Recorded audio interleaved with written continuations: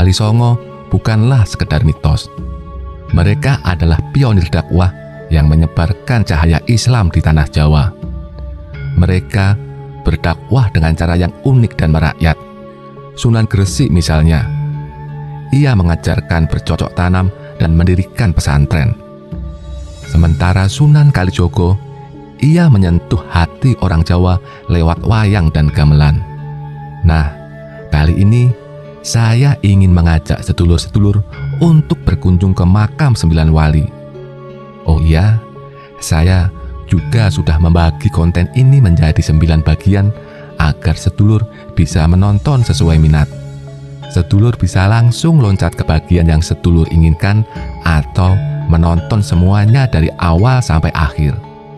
Semoga terhibur dan selamat menonton. Assalamualaikum sedulur. Destinasi pertama yang kita kunjungi adalah makam Kanjeng Sunan Gunung Jati.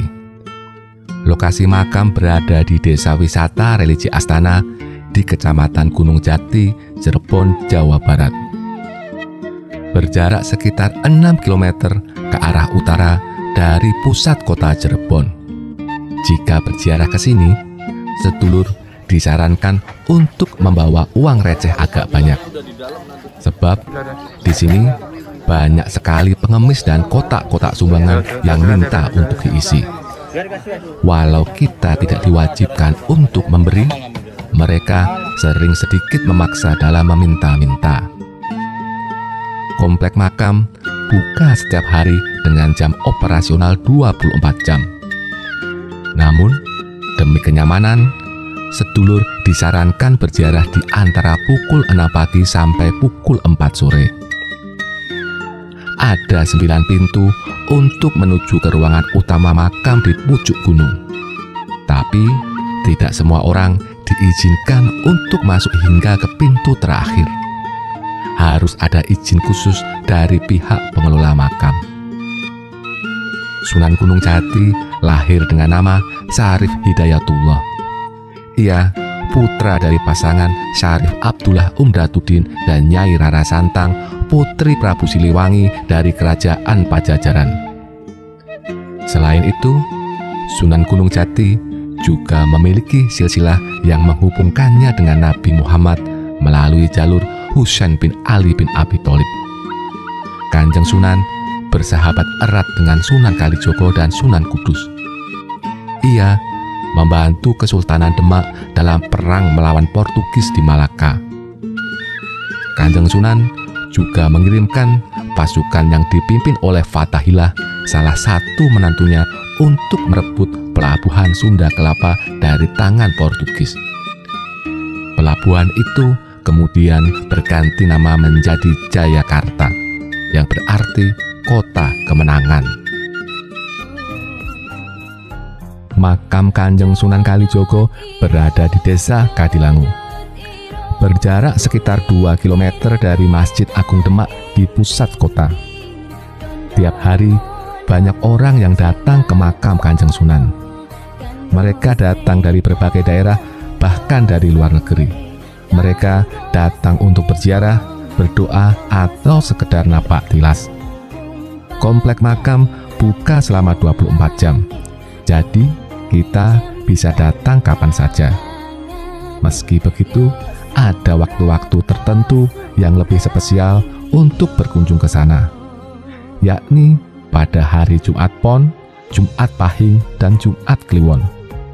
Pada hari-hari itu, cungkup makam akan dibuka sehingga kita bisa melihat langsung makam Kanjeng Sunan Kalijogo.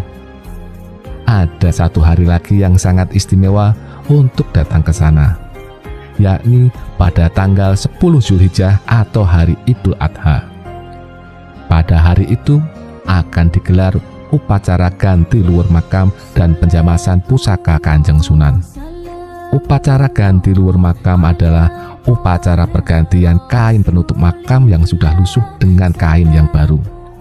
Sementara upacara penjamasan pusaka merupakan upacara pembersihan dan perawatan pusaka peninggalan Kanjeng Sunan.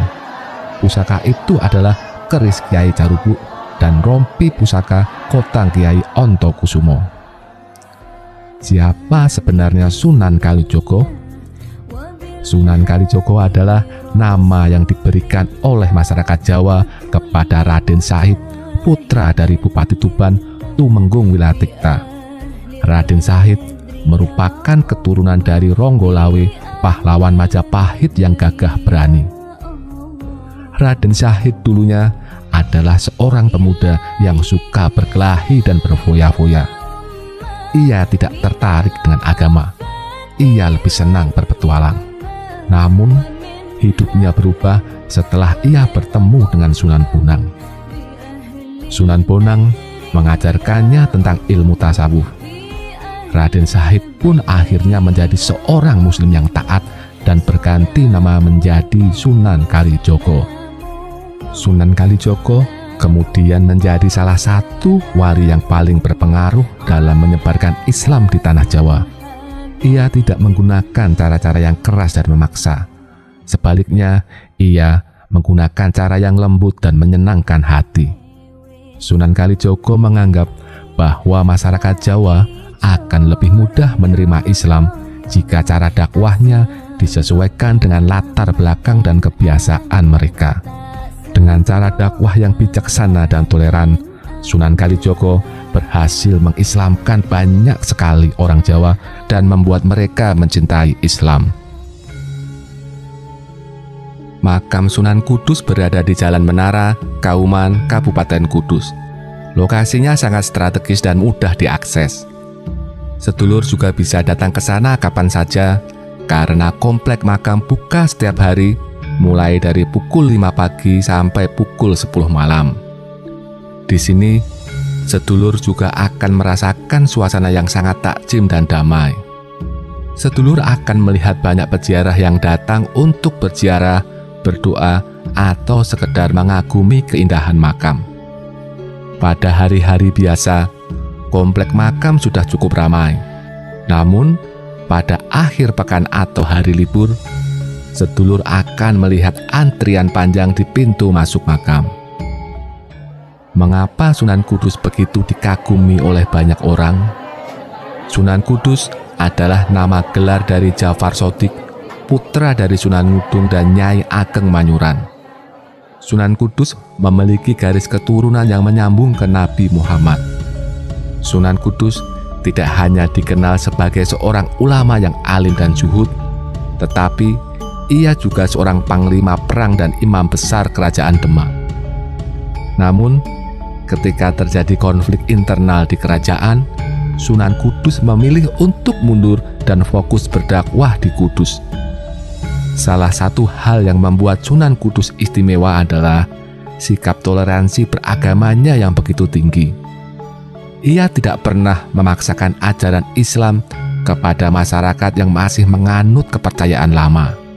Sunan Kudus lebih memilih untuk merangkul mereka dengan cara akulturasi budaya. Salah satu contoh adalah Masjid Kudus yang dibangunnya dengan konsep menyerupai candi. Masjid ini menggabungkan unsur-unsur arsitektur Islam, Jawa, Hindu-Buddha, dan Tionghoa.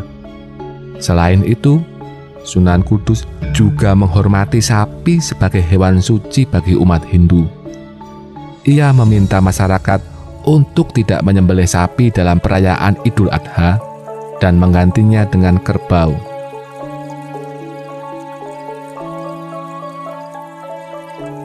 Lokasi makam Sunan Muria berada di Desa Colo, Kabupaten Kudus.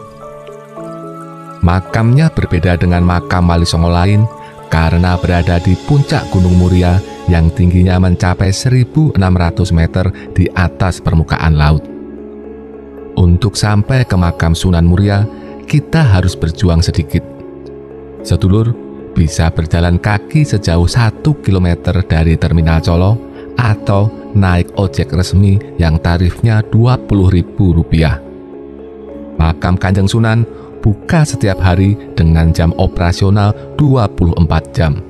Tapi hanya pada hari-hari tertentu saja kita bisa masuk ke cungkup makam. Hari-hari itu adalah Kamis Wage, Kamis Legi, Jumat Kliwon, dan Jumat Pahing. Sunan Muria adalah putra dari Sunan Kalijogo, wali yang terkenal dengan kesaktiannya. Nama aslinya adalah Raden Umar Said dan ia merupakan wali termuda di antara wali songo. Sunan Muria memiliki sifat yang mirip dengan ayahnya, yakni sakti, kuat, dan rendah hati. Ia tidak suka menonjolkan diri dan lebih suka bersahabat dengan rakyat biasa. Kanjeng Sunan juga menggunakan budaya sebagai sarana dakwah dan menciptakan banyak tembang yang mengandung ajaran-ajaran Islam. Tembang-tembang itu berjenis sinom dan kinanti yang berisi nasihat-nasihat dan ajaran tauhid. Makam Sunan Bonang berada di pusat kota Tuban, dekat dengan alun-alun kota.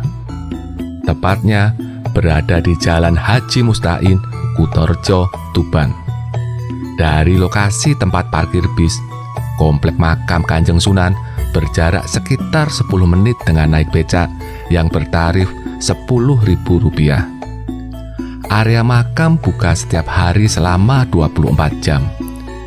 Biasanya banyak juga pengunjung yang datang untuk berziarah di malam hari atau bahkan tengah malam. Namun, jika ingin berziarah sekaligus berwisata, maka waktu terbaik adalah siang hari. Nama asli Sunan Bonang adalah Raden Makdum Ibrahim. Lahir pada tahun 1465 di Surabaya dari pasangan Sunan Ampel dan Nyai Ageng Manila. Sunan Bonang menguasai ilmu fikih, usuluddin, tasawuf, seni, sastra, dan berbagai kesaktian. Ia merupakan guru kinasih dari Sunan Kalijogo. Konon, Sunan Bonang pernah mengubah aliran Sungai Brantas sehingga daerah yang memusuhi Islam menjadi kekurangan air atau bahkan banjir. Sunan Bonang sering menggunakan seni musik dan seni sastra dalam berdakwah. Dia mengubah gamelan Jawa yang saat itu kental dengan estetika Hindu menjadi selaras dengan napas Islam. Salah satu karyanya yang terus lestari sampai sekarang adalah Tembang Tombo Ati yang dinyanyikan ulang oleh penyanyi pop religi Opik.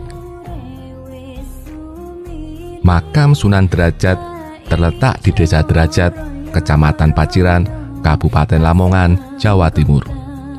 Lokasinya agak jauh dari pusat kota Lamongan, yakni sekitar 40 km.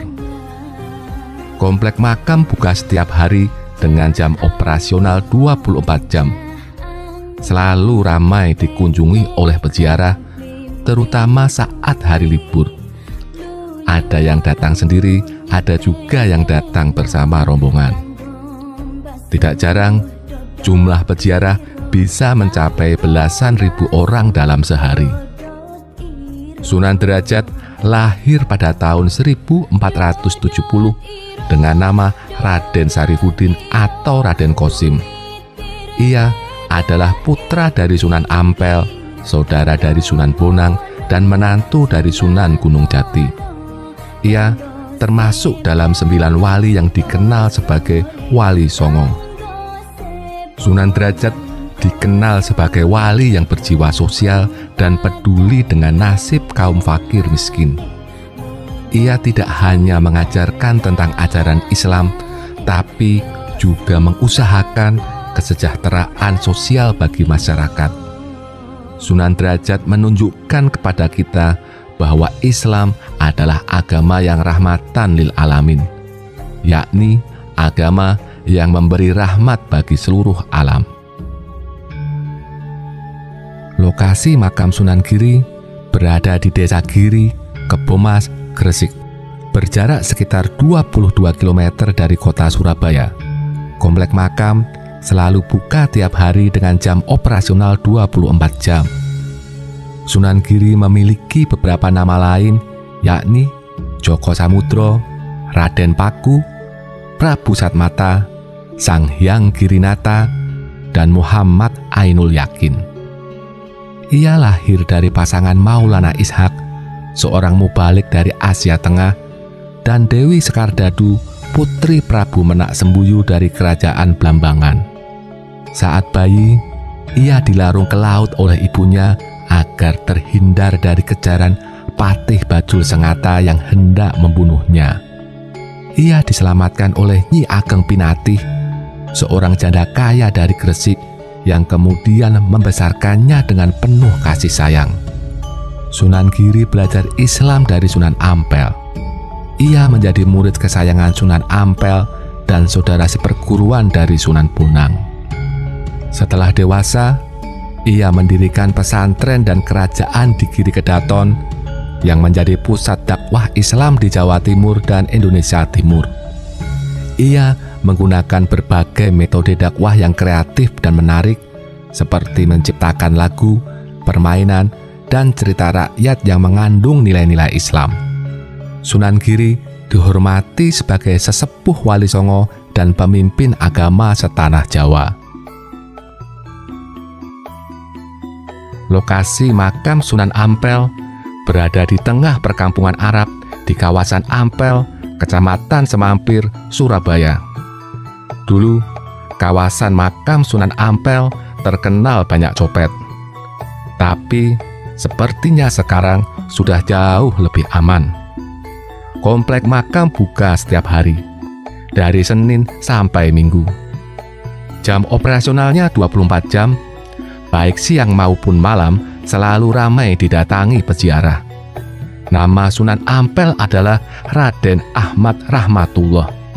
Ia lahir di Campa pada tahun 1401, putra dari Syekh Maulana Ibrahim Asmoro Kondi. Kanjeng Sunan merupakan keponakan dari Raja Majapahit Brawijaya V. Sunan Ampel memiliki metode dakwah yang unik dan kreatif. Ia memanfaatkan perdagangan sebagai sarana berinteraksi dengan berbagai kalangan, baik pribumi maupun asing. Sunan Ampel mendapat julukan sebagai Bapak Para Wali karena ia merupakan ayahanda dari Sunan Bonang dan Sunan Derajat, sekaligus mertua dari Sunan Giri. Makam Sunan Gresik berada di Jalan Malik Ibrahim, sekitar 200 meter dari alun-alun Gresik. Seperti halnya makam Wali Songo lain, makam Sunan Gresik buka tiap hari dengan jam operasional 24 jam. Namun biasanya, tempat ini mulai ramai didatangi peziarah mulai pukul 6 pagi sampai pukul 6 sore. Sunan Gresik dikenal sebagai wali senior dan pemimpin Wali Songo generasi pertama. Nama aslinya adalah Maulana Malik Ibrahim. Ia lahir di Kamboja pada abad ke-14. Sunan Gresik memiliki silsilah yang terhubung dengan Nabi Muhammad melalui jalur Husain bin Ali bin Abi Thalib. Sunan Gresik hijrah ke Jawa pada tahun 1371 dan berlabuh di Gresik. Brawijaya selaku Raja Majapahit memberinya sebidang tanah di pinggiran kota Gresik.